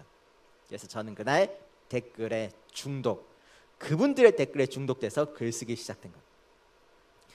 그래서 나름대로 시장 조사를 했어요. 어떤 글 쓰면 댓글 많이 달리지? 인터넷에서 인기 끄는 글의 특징 알아봤습니다. 조회수 폭발하는 방법, 제목에 19금 호방주의 붙이면 되거든요. 해봤어요. 낚시다녔다고 욕먹었는데 또 짧아야 되고 결말에 뒤통수 센 반전이 있어야 되고 이런 몇 가지 규칙으로 제가 썼던 두 번째 소설이 푸르스마 아스라는 소설. 충격적일 겁니다. 왜냐? 이 소설 시작이 외계인이 나타나서 여기 이렇게 뭉쳐있는 사람들 쓰러잡고 사람들 머리 뽑는 거예요, 외계인이. 푸르스마 아스 하면서. 왜 뽑지 했더니 수십 년 뒤에 알아봤더니 그 말의 뜻이 사랑한다, 사랑하지 않는다, 사랑한다, 사랑하지 않는다, 사랑한다. 누군가를 짝사랑하는 외계인이었던 거죠. 근데 사실 식물들의 입장에선 우리 인간들이 그 외계인이죠. 식물 멀쩡히 잘 있는데 우리 가서 툭 꽂고 사랑한다, 사랑하지 않는다. 인간들이 얼마나 무섭겠습니까, 걔네들은. 하면 안 되죠. 그러니까 이 소설이 먹힌 거예요. 정말 많은 분들이 보시고 좋아해 주시고 그때 그게 너무 기분 좋아서 혼자 만든 규칙이 저는 글쓰기에 중독돼서 3일 한 편 쓰자. 왜냐하면 3일 지나면 댓글이 안 달리더라고요. 댓글 때문에 쓰는 거니까. 그 사람들의 반응, 사람들과 소통하는 게 너무 재밌으니까 그것에 중독돼서 매일같이 글쓰기 썼어요. 뭐 하루에 2편 쓴 적도 있고 뭐 이틀에 1편 쓴 적도 있고 적어도 3일에 1편은 지켜자. 이 규칙을 제가 1년 반 동안 썼던 소설, 단편 소설의 양이 300편입니다. 관종의 힘이죠. 글쓰기가 너무 좋아 쓰다 보니까 300편을 썼는데 300편을 썼더니 어느 날 아침 눈 떠보니 작가가 되어 있더라고요. 제가 처음엔 이해가 안 됐어요. 나 같은 사람이 어떻게 작가가 됐을까? 그냥 글만 썼을 뿐인데 왜 작가 됐지? 네, 작가가 된 과정을 돌아봤더니 여러 가지 힘이 있었겠지만 크게 3가지 정도의 힘이 있었거든요. 첫 번째, 운이 좋았죠. 인생은 운입니다. 아시죠? 두 번째 뭐가 있었냐? 저는 꾸준히 했어요. 매일같이 글쓰기를 꾸준히 했어요. 1년 반 동안. 그 세 번째, 이 세 번째가 사실은 제일 중요한 힘이었고 90% 이상의 역할을 했고 제가 글쓰기를 한 이유였던 그 사람들과 소통이었습니다. 저는 사람들과 소통할 때 되게 좋은 태도로 소통했거든요. 이 좋은 태도가 큰 역할을 했던 것 같은 게 제가 글 쓰잖아요. 저는 제가 쓴 글에 첫 번째 댓글 무조건 제가 달았거든요. 일바 말고 항상 제 소설 봐주셔서 너무 감사해요. 꼭 행복하세요.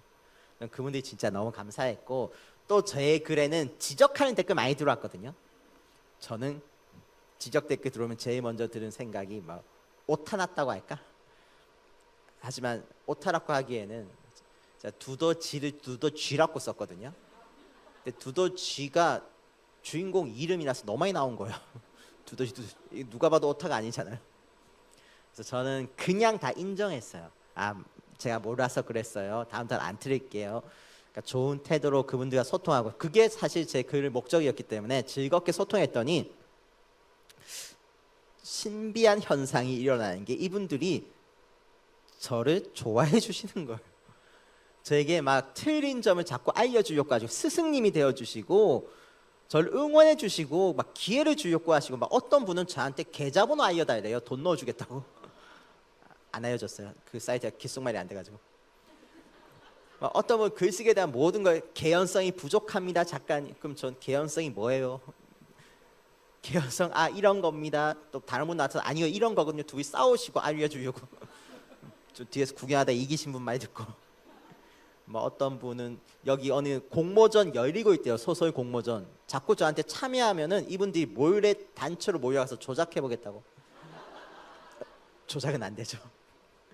그러니까 온갖 저를 좋아하는 후원해 주시는 응원해 주시는 그런 마음들이 모여서 제가 사실은 작가의 길을 걷게 된 거거든요. 그렇게 감사한 말 이게 사실 망상을 했을 때 저는 그런 착각이었죠. 나는 이 지하의 주물 공장을 벗어나서 세상을 돌아다니고 있다. 온갖 세상을. 근데 그게 하는 환상이었던 게 실제로 제가 그 망상을 할 때는 지하를 벗어났다는 환상에 빠졌다는 환상에 불과했다면 글쓰기를 하는 순간 저는 정말로 세상 밖으로 끄집어 나왔었어요. 그분들과 소통하게 되고 전 내향적이라서 평생 누군가 대화도 잘 못하는 사람이었는데 저를 좋아해 주시는 저와 친구가 되어주시는 얘기를 해주신 수많은 사람들을 알게 되고 소통하고 연결이 돼버린 거예요. 그러니까 저는 세상과 단절된 삶을 평생 30 넘게 살아왔다면 글쓰기를 하면서 세상과 이어지게 된 거예요. 세상으로 나올 수가 있게 된 거죠. 결국 글쓰기는 세상과 단절되어 있던 저를 이 세상으로 끌어내준 찾아내준 정말 소중한 저의 구원이었던 거죠. 그래서 저는 글쓰기가 정말 행복하고 좋은데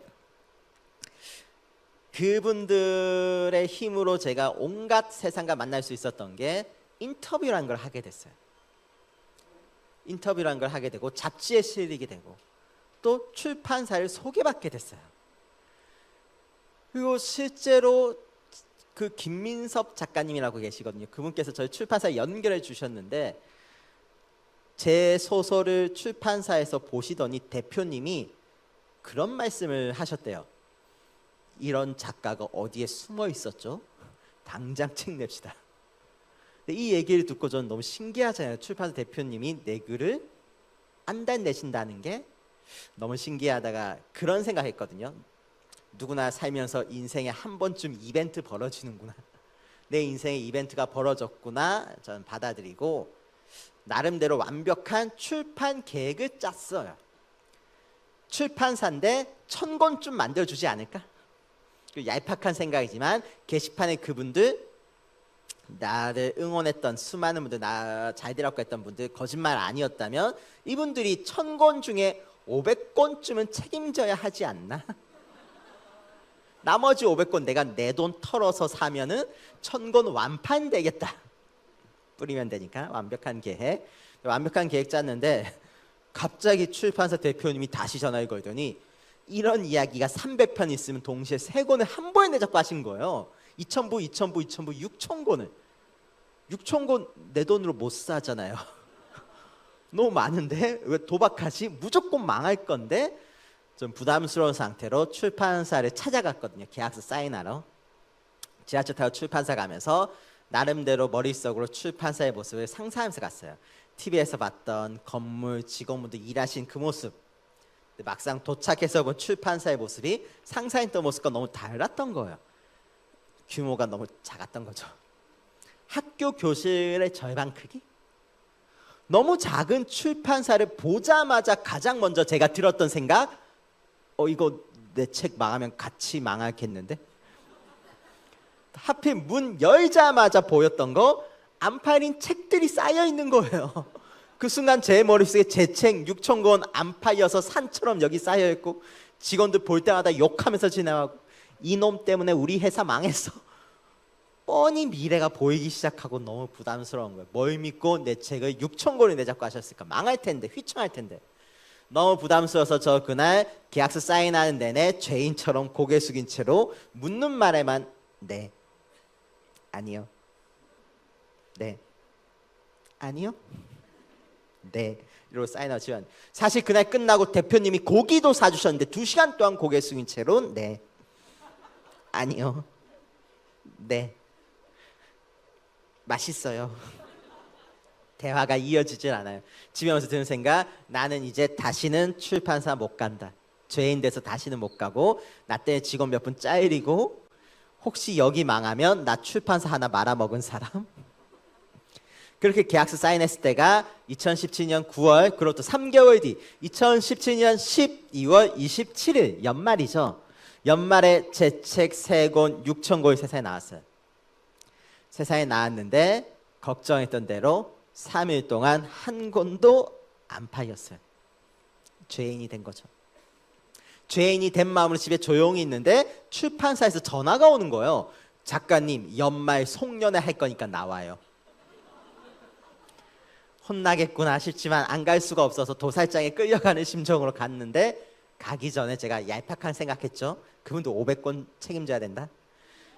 저와 소통했던 그 게시판에 글을 하나 남겨놓고 갔어요. 안녕하세요, 김동식이에요. 여러분 덕분에 드디어 제 책 나왔어요. 감사합니다. 책 좀 사달라는 얘기죠. 구걸글 남겨놓고 송년회 갔어요. 송년회 식당에서도 가장 구석자에 앉아서 고개 숙인 채로 묻는 말에만 네, 아니요, 네, 맛있어요. 사실 바로 앞에 있는 음식만 조용히 집어먹었어. 멀리 있는 음식 너무 먹고 싶었는데 손 뻗으면 사람들이 나를 발견할까 봐.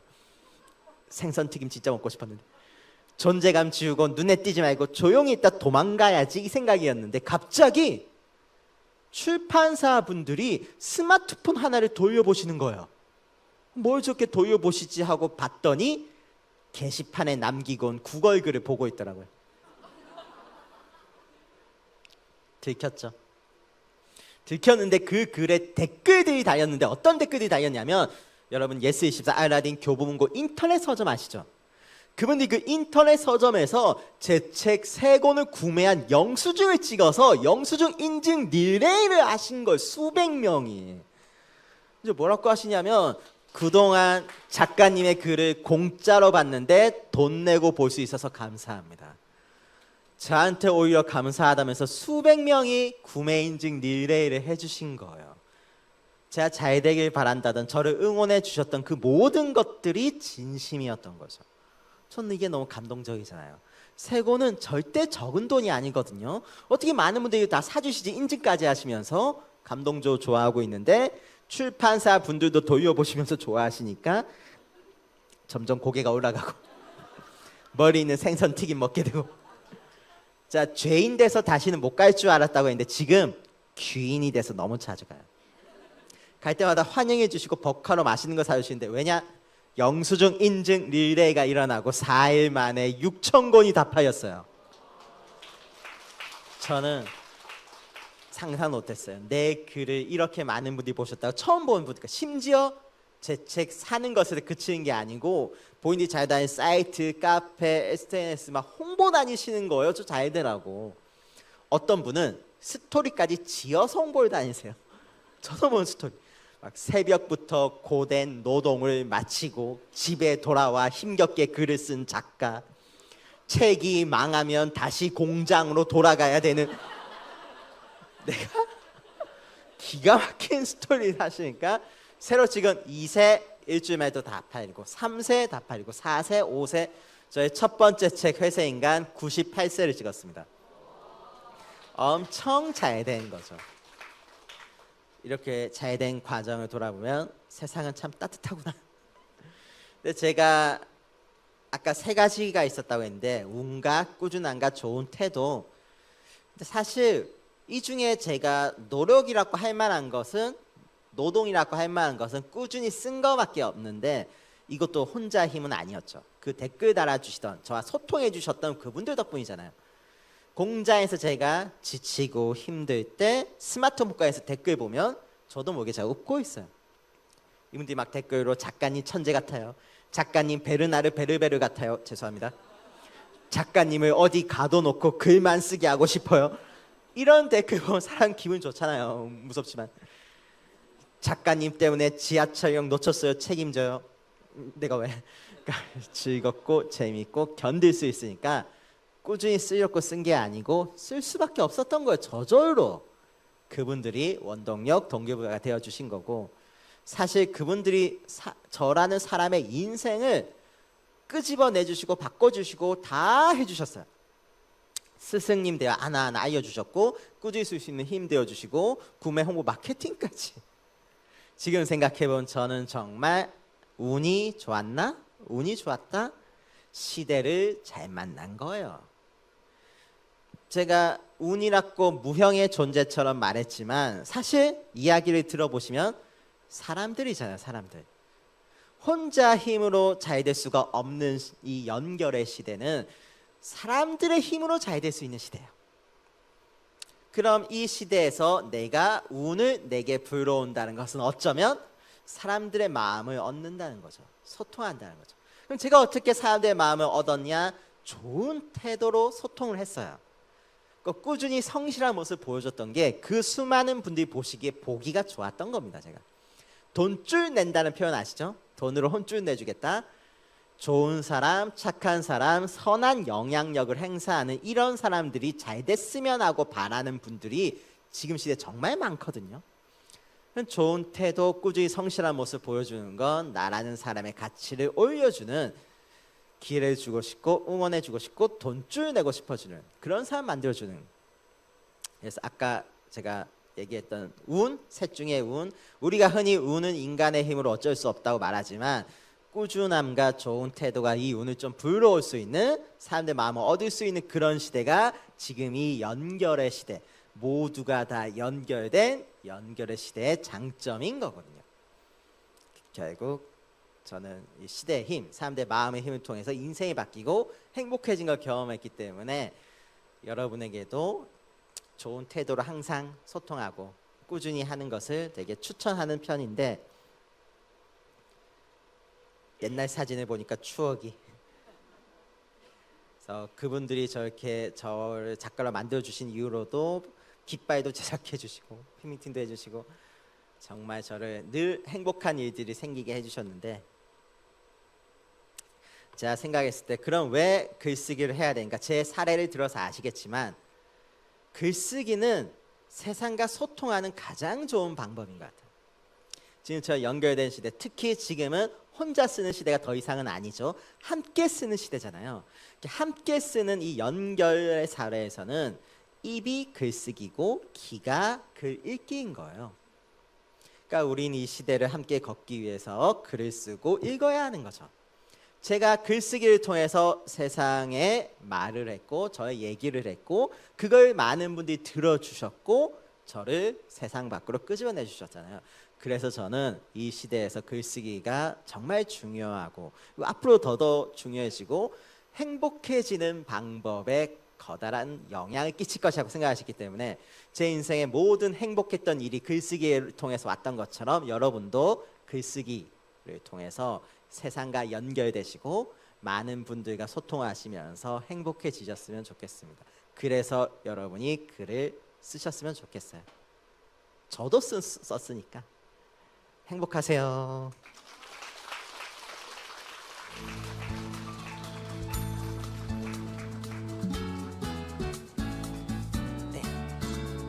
네, 우리 작가님의 어떻게 굉장히 현실적이고 유쾌한 강연이지 않았나 싶습니다.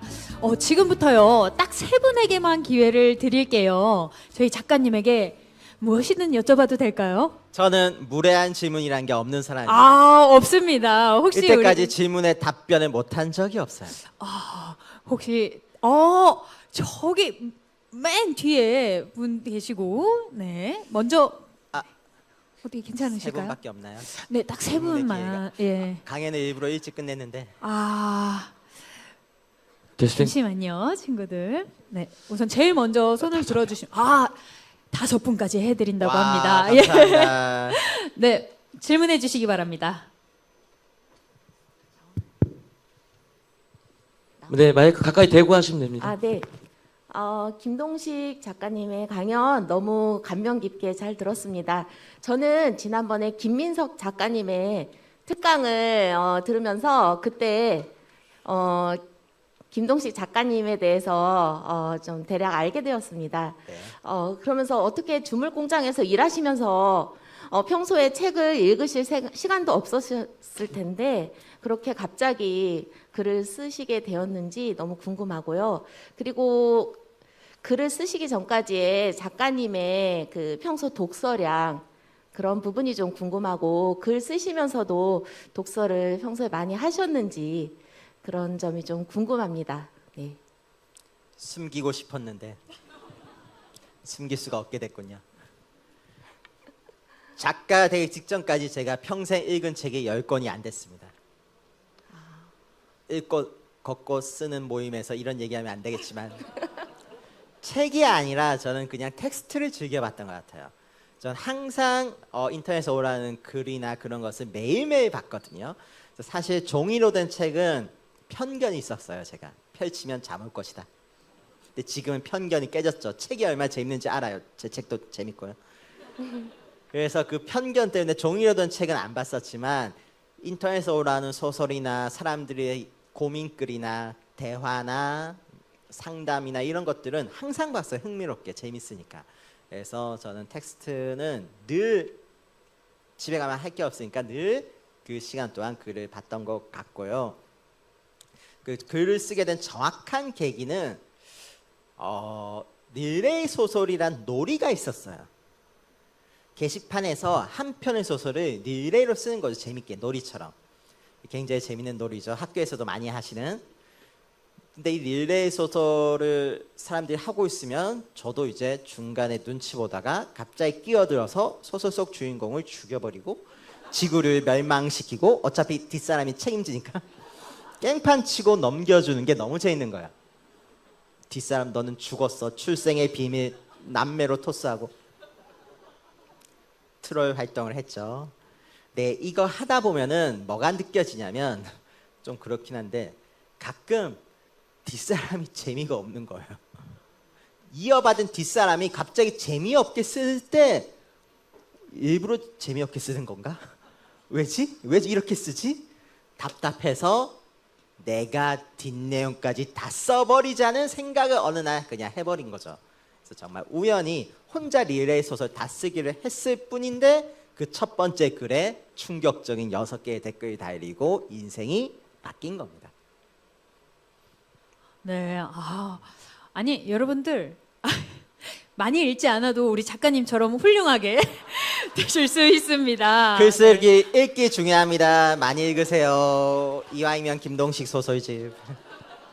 그리고 작가님 너무 좋으신 말씀을 완벽하게 책으로 구현하지 않아도 됩니다, 여러분들. 릴레이 소설이라고 했나요? 재밌죠. 네, 맞아요.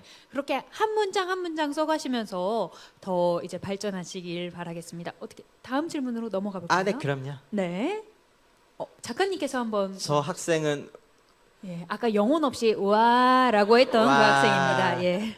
어떤 질문일까? 그 작가님이 쓰신 책 중에서 가장 좋아하시는 책은 무엇인가요? 제 첫 번째 책 회색인간을 제가 좋아할 수밖에 없는 게 그 책이 제가 공장에서 일하고 퇴근하고 썼던 그 이야기들이 모인 책이거든요. 그래서 사실은 수준이랄 건 투박해요. 되게 문장도 어색하고 그렇지만 그 시절에 저만이 쓸 수 있었던 날 것이 있어요. 담겨 있어요.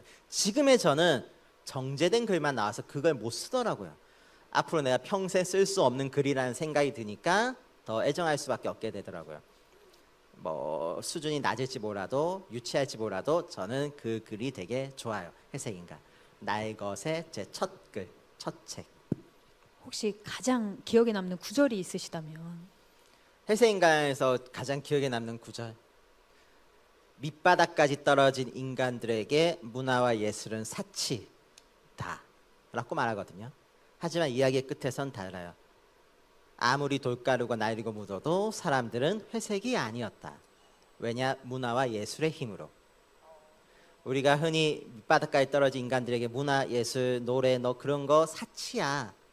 먹고 살기와 바쁘죠. 제 인생이 그랬던 것처럼 당장 해야 할 일, 먹고 살아야 할 일만 해야 했던 삶이었는데 그 삶의 글쓰기라는 것이 어떻게 보면 누군가에게 그 시간에 일을 하지 사치지 라고 말할 수 있는 그 문화와 예술이 제 삶에 왔을 때 솔직히 말해서 저의 몸은 더 힘들어졌거든요. 낮에는 하루 종일 육체 노동, 퇴근하면은 원고 노동, 잠들고 일어나자마자 육체 노동, 퇴근하면 원고 노동, 잠들고 몸은 점점 지쳐갔지만 정신적으로 되게 행복했어요. 사치가 아니었어요. 눈에 보이지만 않을 뿐 인간을 인간답게 만들어주고 견딜 수 있게 해주고 행복하게 해줄 수 있는 엄청난 힘을 가진 게 문화와 예술에 있었던 거죠. 그래서 저는 그 문장 되게 좋아요. 역설적으로 시작되는. 지금 저의 눈에도 작가님이 컬러풀하게 보입니다. 네, 계속해서 다음 질문 받아보도록 하겠습니다. 빠른 젊은 학생들이 빠르네요. 손 드는 게.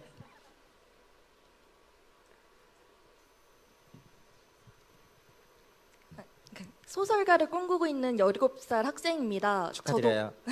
저도 평소에도 작가님처럼 망상을 자주 하는 편이에요. 뭐 학교 수업 시간에 칠판을 보면서 자주 하는 편인데 그걸 한번 저도 소설로 끄집어 봤는데 다 쓰고 나니까 알 수 없는 약간 내가 뭐 하는 짓이지 하면서 현타가 오더라고요.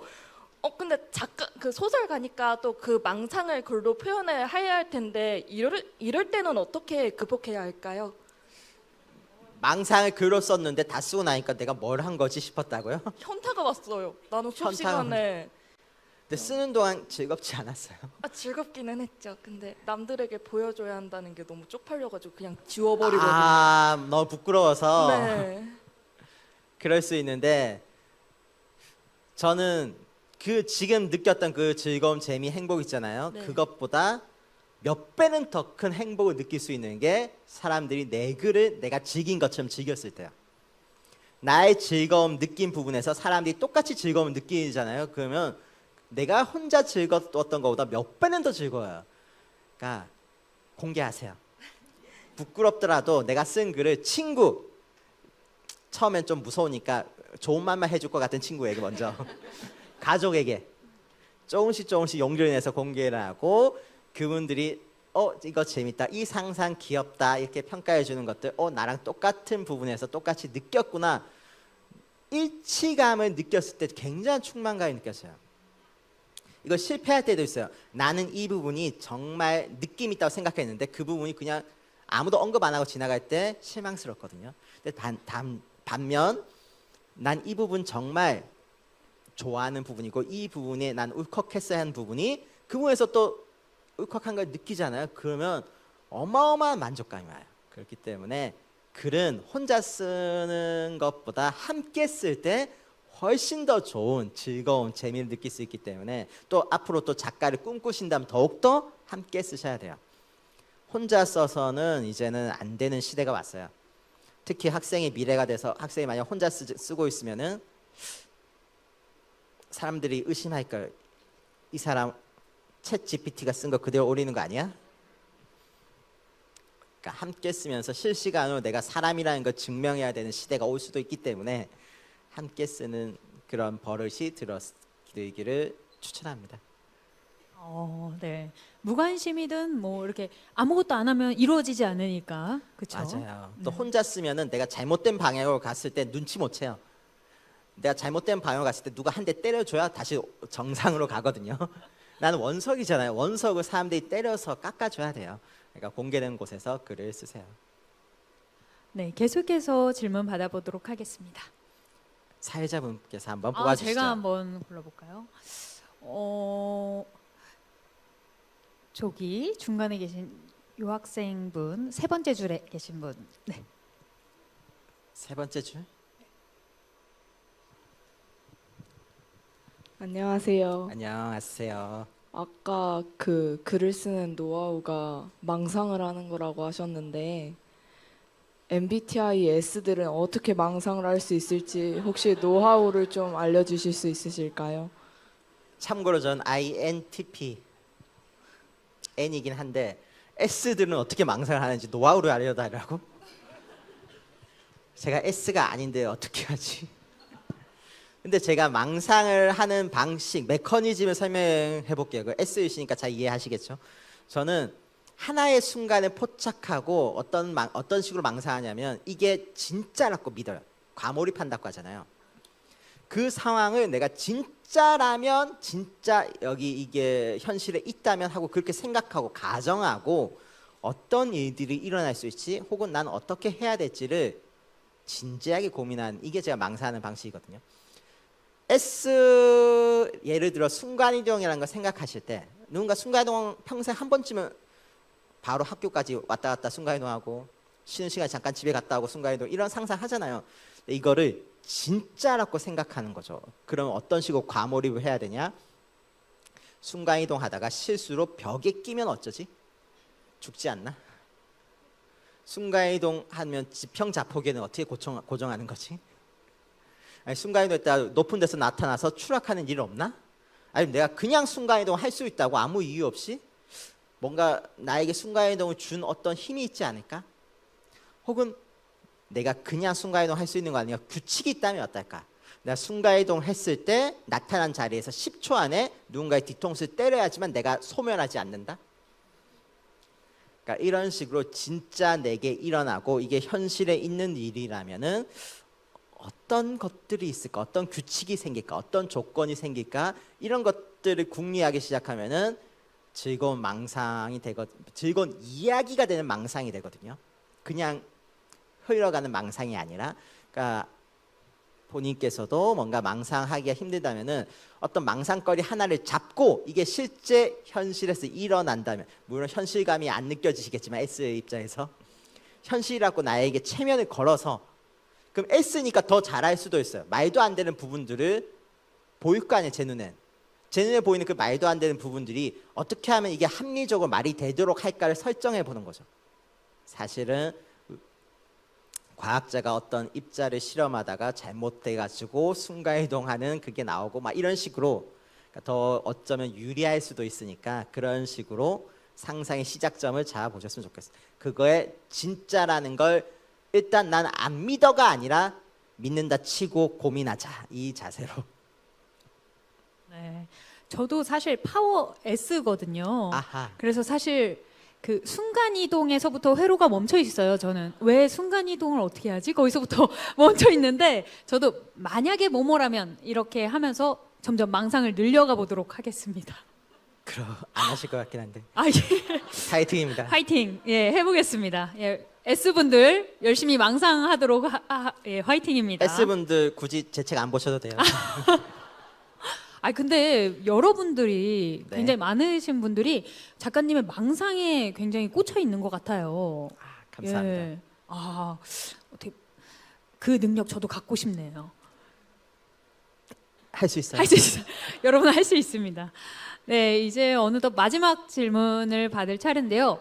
우리 작가님께서 골라주시죠. 네 번째 질문이 마지막인가요?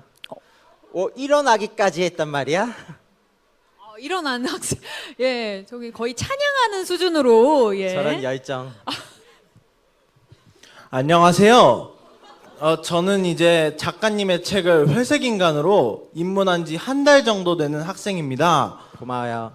제가 작가님의 책을 읽으면서 사회 문제에도 되게 관심을 많이 갖는데요. 한 번씩 읽다 보면은 좀 연관성이 있는 걸 자주 느낄 수가 있어요. 네. 뭐 예시로 낮인간, 밤인간 같은 경우에는 또 이제 분단이 됐잖아요. 맞아요. 이게 또 남북 분단하고 관련이 있는 것 같고 그런 걸 의도한 바 있는 작품이 진짜 있나요?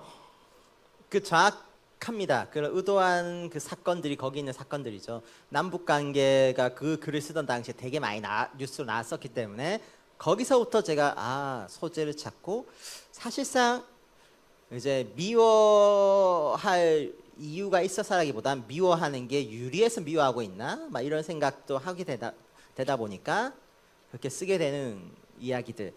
그러니까 모든 이야기에 담은 주제는 현실에서 나와요. 현실에 있어요. 모든 주제들이. 그래서 제가 주제를 찾는 방법도 눈을 감고 어떤 주제를 얘기해 볼까가 아니고 저는 항상 뭔가를 보고 있고 보다가 이것에 대한 어떤 점을 느끼게 되면 그게 제가 사용하는 주제가 되는 거예요.